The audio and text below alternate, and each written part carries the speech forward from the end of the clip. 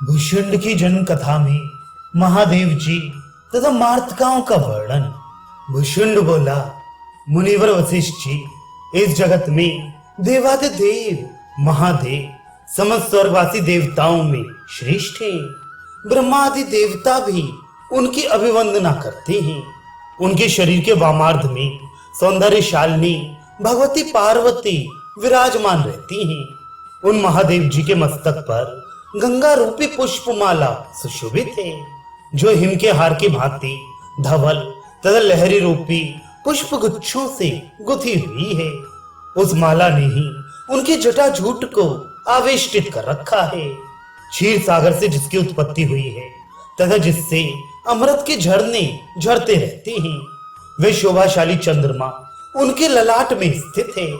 उस चंद्रमा के अनवरत अमृत प्रभा से अभिषिक्त होने के कारण जिसकी विशैली शक्ति शांत होकर अमृत स्वरूपिणी हो गई है तथा जिसका वर्ण इंद्र नीलमणि के समान श्याम है, वे कालकूट वेश उनके कंठ में आभूषण के समान सुशोभित है। निर्मल अग्नि से जिसकी उत्पत्ति हुई है, वे अत्यंत शुभ्र भस्म उन महादेव जी का भूषण है। आकाश ही उनका वस्त्र है, जो चंद्रमा की सुधा धारा से प्रलक्षित नील मेघ के समान सुशोभित और तारा रूपी बिंदुओं से समन्वित है। हिलने के कारण जिनके मस्तक की मणियां चमक रही हैं तथा जिनकी कांति तपाए हुए स्वर्ण के समान है, ऐसे चिकने अंग वाले सर्प ही उनके हाथ के कंगन हैं। उनका मुख 3 नेत्रों से दीप्यमान है। जैसे प्रमथगण उनके परिवार रूप हैं, उसी प्रकार निर्मल कांति वाली मार्तकाएं भी उनके परिवार में ही हैं। ये मार्तकाएं पर्वत शिखरों पर, आकाश में, विभिन्न लोकों में, गड्ढों में, शमशानों में तथा प्राणियों के शरीरों में निवास करती हैं। उन सभी मार्तकाओं में जया, विजया, जयंती, अपराजिता, सिद्धा, रक्ता, अलंबुसा और उत्पला, ये 8 मार्त देवियां प्रधान हैं।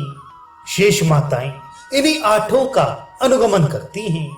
दूसरों को मान देने वाले मुनीश्वर उन महामहिमाशालिनी मार्तकाओं में माता अलंबुसा अत्यंत विख्यात है। उनका वाहन कौआ है। उस कौए का नाम चंड है।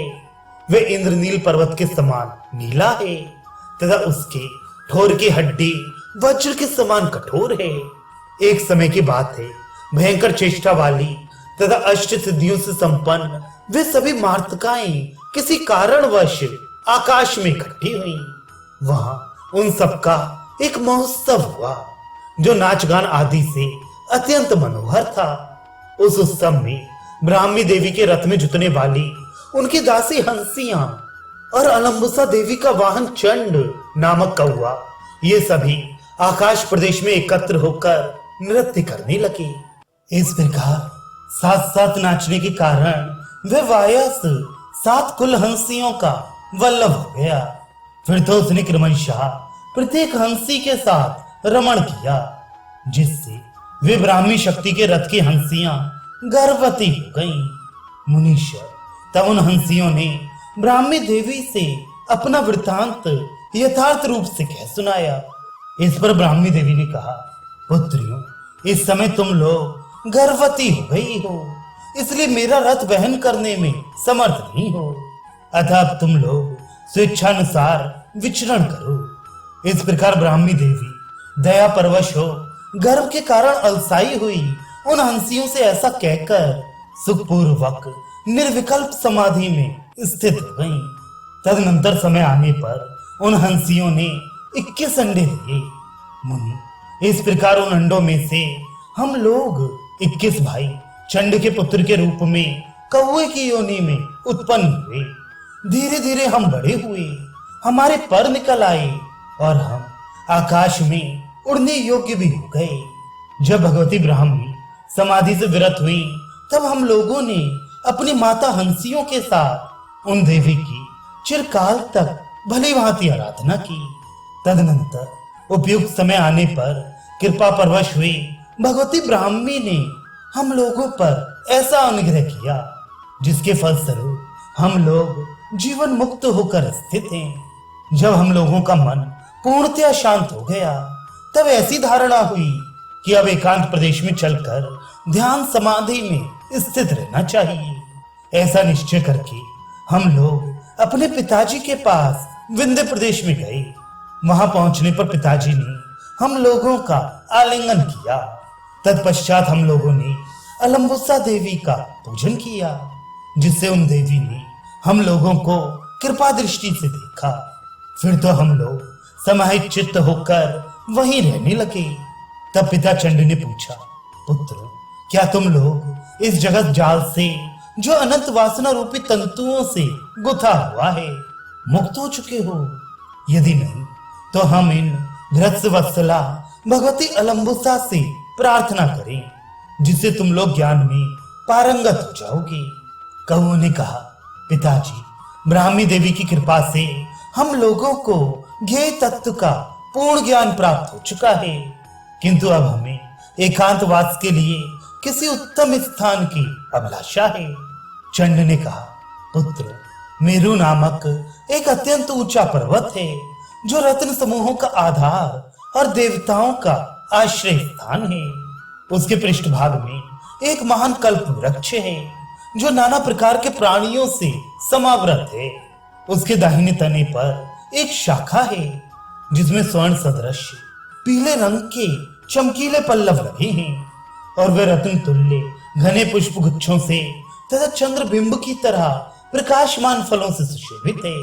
पुत्रों, पूर्व काल में मैंने उसी शाखा पर चमकीले मणियों से युक्त घोंसला बनाया था और उसी में क्रीड़ा की थी। उस घोंसले के बाहरी दरवाजों की रचना चिंतामणि की शलाकाओं से की गई है। वह रत्न सदृश चमकीले पुष्प दलों से आच्छादित, सुस्वाद रसयुक्त फलों से युक्त और विचार पूर्वक व्यवहार करने वाले कौओं के बच्चों से परिपूर्ण है। अतः प्यारे बच्चों, तुम लोग उसी घोंसले पर जाओ। वहां रहते हुए तुम लोगों को पर्याप्त मात्रा में भोग और निर्विघ्न मोक्ष दोनों प्राप्त होंगे। मुनिवर, यूं कहकर हमारे पिता ने हम लोगों का चुंबन तथा आलिंगन किया। तब हम लोग भगवती अलंबुसा और पिताजी के चरणों में अभिवादन करके अलंबुसा के वास स्थान उस विंध्य प्रदेश से उड़ चले। फिर तो क्रमशः आकाश को लांघकर और मेघों के कोठरों से निकलकर पवन लोक में जा पहुंचे। वहां हम लोगों ने आकाशचारी देवों को प्रणाम किया। मुनीश्वर, फिर सूर्यमंडल का अतिक्रमण करके हम लोग स्वर्ग की अमरावतीपुरी में गए और फिर स्वर्ग को लांघकर ब्रह्मलोक में पहुंच गए। वहां हम लोगों ने माता भगवती ब्राह्मी देवी को प्रणाम किया और तुरंत ही पिता द्वारा कहा हुआ वह सारा वृतांत उन्हें ज्यों का त्यों कह सुनाया। तब उन्होंने स्नेह पूर्वक हम लोगों का आलिंगन किया और जाओ यूं आज्ञा प्रदान करके हमें उत्साहित किया। तत्पश्चात हम लोग उन्हें नमस्कार करके ब्रह्मलोक से चल पड़े। आकाश मार्ग से चलने में हम लोग चपल तो थे ही, अतः पवन लोक में विचरते हुए लोकपालों की पुरियों को, जो सूर्य के समान दीप्यमान हैं, लांघकर इस कल्प तरु पर आ पहुंचे और अपने घोंसले में प्रविष्ट हो गए। मुनि, यहाँ सारी बाधाएं हम लोगों से दूर रहती हैं और हम लोग सदा समाधि में ही स्थित रहते हैं। महानुभाव, आपके पूर्व प्रश्न के उत्तर में हम लोग जैसे उत्पन्न हुए, जिस प्रकार यथार्थ ज्ञान प्राप्त करने से हम लोगों की बुद्धि शांत हुई, एवं जिस तरह हम लोग इस घोंसले में आए, वह सारा वृतांत आपको अविकल रूप से भली भांति कह सुनाया।